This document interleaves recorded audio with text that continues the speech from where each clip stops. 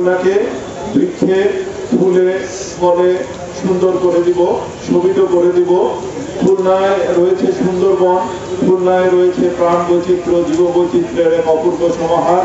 আমরা আজকে অঙ্গীকার করলাম এই প্রাণ বৈচিত্র্য এবং এই জীব বৈচিত্র্যকে আমরা রক্ষা করব, এর বৈচিত্র্য আরো বাড়িয়ে তুলব। সবকিছু মিলে আগামী 21 দিন আমাদের এই বৃক্ষ মেলা চলবে। আমি সকলকে অনুরোধ করব, আপন স্বজন, আপন প্রিয়জন নিয়ে এই বৃক্ষ মেলা আমরা দেখব।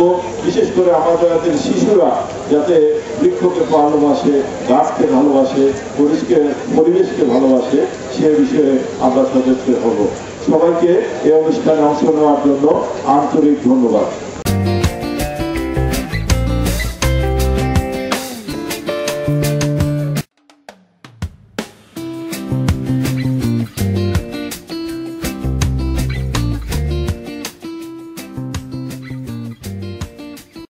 ক্লাইমেট চেঞ্জের জন্য আমাদের চারিদিকে বৈশ্বিক উষ্ণতা বাড়ছে।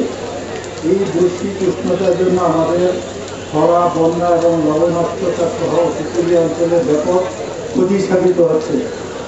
এই ক্ষতি সাধন থেকে পরিত্রাণ পেতে হলে আমাদের বৃক্ষরোপণের বিকল্প নেই। পরিবেশগত ঝুঁকির মধ্যে আমাদের উপকূলীয় অঞ্চল রয়েছে। প্রতিটি জেলায় এবং উপজেলায় ক্ষতিগ্রস্ত হচ্ছে।